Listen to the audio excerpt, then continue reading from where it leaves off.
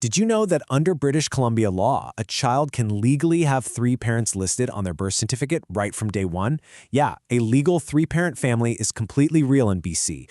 But, and it's a massive but, if you miss one strict rule, the law won't recognize it at all. Okay, let's dive into this explainer. So can a child actually have three legal parents in BC? It's a high-stakes legal reality. As modern family dynamics evolve, the law has had to find a way to keep up, but it does so on its own incredibly rigid terms.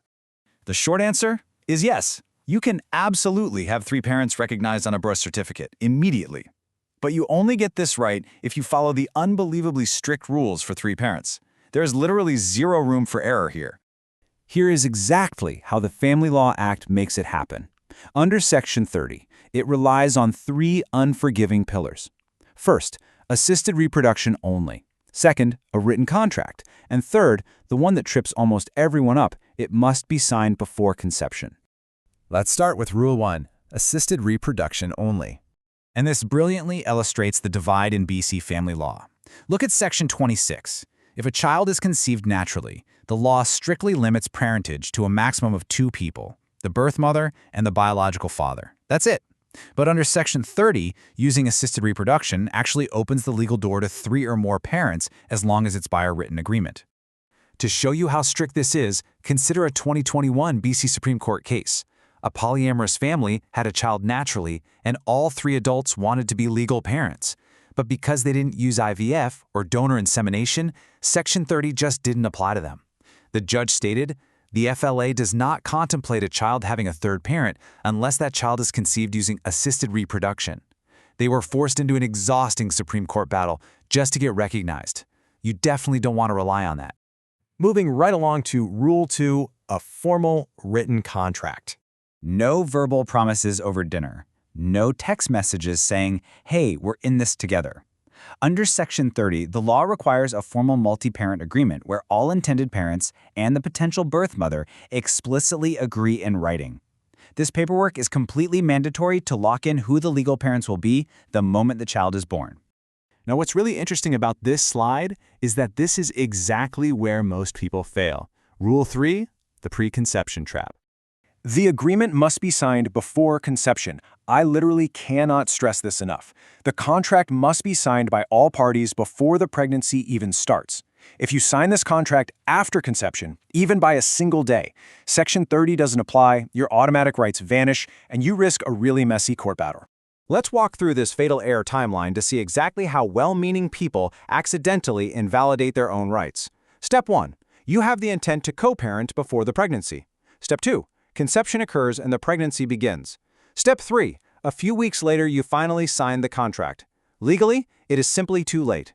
Section 30 completely fails. You can see this harsh reality in the 2019 Bianca case. The parties signed semen donation agreements in February 2018, but they didn't strictly follow the statutory timeline. The result? The biological father was actually left off his own child's birth registration. They were forced into the BC Supreme Court to beg for a formal declaration of parentage, all to fix a timing error. Let's move to and see how this builds into our next reality, when paperwork fails, Section 31. Because if you miss that preconception rule, you get thrown right out of the automatic protections of Section 30 and land in Section 31. This deals with orders declaring parentage. You have to file a Supreme Court application and actually prove to a judge that there's a dispute or uncertainty about who the parents are. It turns a joyous occasion into a massive legal hurdle. The judge in the Cabianca case hit the nail on the head. The intention of the parents must be set out in a written agreement prior to the conception of the child. This, unfortunately, was not done here. This drives home how unforgiving BC courts are when it comes to timing. The court's hands are simply tied by the legislation. Part 3 of the Family Law Act comprehensively codifies parentage. The legislature intentionally created this rigid scheme to provide absolute certainty for children born through assisted reproduction. But the trade-off for that certainty is that you have to follow the steps flawlessly. So here is the flawless legal path to get three legal parents on a birth certificate automatically. Step 1, plan your modern family early. Step 2, draft the multi-parent agreement. Step 3, the critical one, sign it before conception. And finally, Step 4, proceed with assisted reproduction. If you do this in this exact order, the law protects you automatically. So the crucial point is protecting your modern family. BC courts consistently uphold this, but the timing must be flawless. If you are planning a modern family through donor conception or co-parenting, guessing the paperwork is a disastrous strategy. Do not rely on internet templates or verbal agreements when the legal parentage of your child is on the line. This is exactly why you need a professional legal strategy.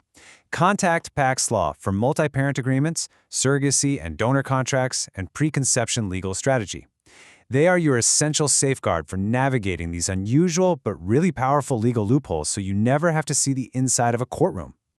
Secure your family's legal foundation today. Don't wait until the pregnancy has begun. Drop a comment below or send a message to Pax Law to set up a consultation and get your paperwork ironclad. I want to leave you with this final provocative thought. As family structures continue to beautifully diversify, will the law eventually adapt to protect all modern families automatically? Or will a single timing error always dictate who gets to be a parent? Let us know what you think. Thanks for joining me on this explainer, and until next time, stay informed.